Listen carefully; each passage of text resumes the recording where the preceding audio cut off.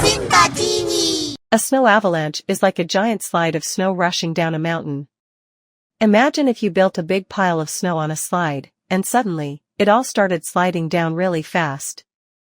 That's what an avalanche is. Why do avalanches happen? Weather. When it snows a lot or the temperature changes quickly, the snow can get unstable. Snow layers. Sometimes, there's a weak layer of snow under a stronger one, and it can't hold up. Steep slopes. Avalanches are more likely on steep hills or mountains.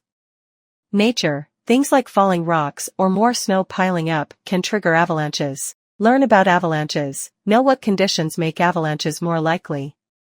Use safety gear. If you're going somewhere with snow, take safety gear like beacons, probes, and shovels.